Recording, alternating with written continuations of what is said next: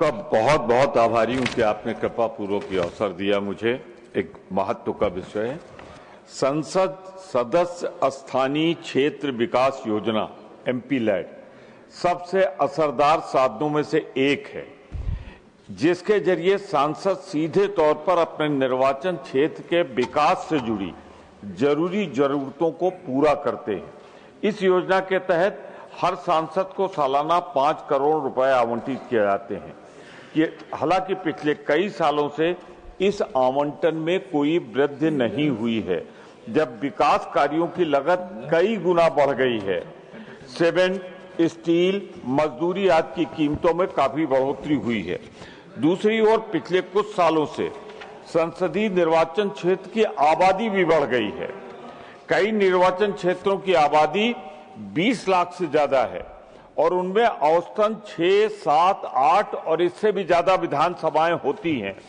ऐसे में 5 करोड़ रुपए का आवंटन प्रति व्यक्ति विकास खर्च के हिसाब से बहुत कम है। इसके अलावा इस योजना के तहत होने वाले काम और सेवाएं जीएसटी से मुक्त नहीं हैं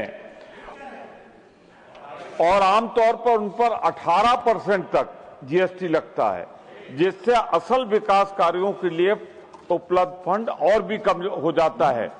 जीएसटी के तौर पर 90 लाख रुपए रकम काट ली जाती है, तो इस तरह कुल मिलता है 4 करोड़ 10 लाख।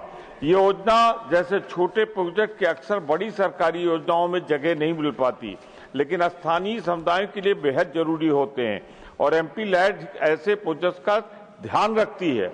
एमपी-लैड को मजबूत करने का मतलब है जमीनी स्तर पर विकास को बढ़ावा देना, क्योंकि इसके जरिए स्थानीय मांगे बिना किसी देरी के पूरी हो जाती हैं, जबकि बड़ी सरकारी योजनाओं में अक्सर देरी होती है।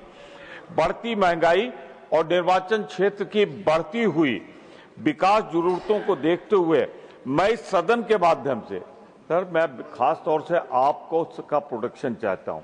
आप हमारे गार्जियन हैं, आप हमारे संरक्षक हैं। व्यवहारिक रूप से इसको समझें और समझते हुए इस योजना के तहत सालाना आवंटन को बढ़ाकर 20 करोड़ रुपए कर दिए जाएं। मानवर, ये कश्मीर से कन्याकुमारी तक एक ऐसी योजना है मानवर, जो सीधे जनता से जुड़ी हुई है। मैं आपसे विशेष अनुरोध करता हूं और एक आग्रह करता हूं, जन भावनाओं को अगर देखना है तो वोटिंग करा ले, सबकी असलियत सामने आ जाएगी और जो बढ़ाने की बात न करे उसका 5 करोड़ भी काट लिया जाए। तो मैं विशेष आग्रह ये करूंगा, आपसे आग्रह करता हूं कि एक बैठक बुला लें सर्वदलीय और उसमें ये निर्णय लें कि कम से कम इसको बढ़ाकर 20 करोड़ कर दिया जाए।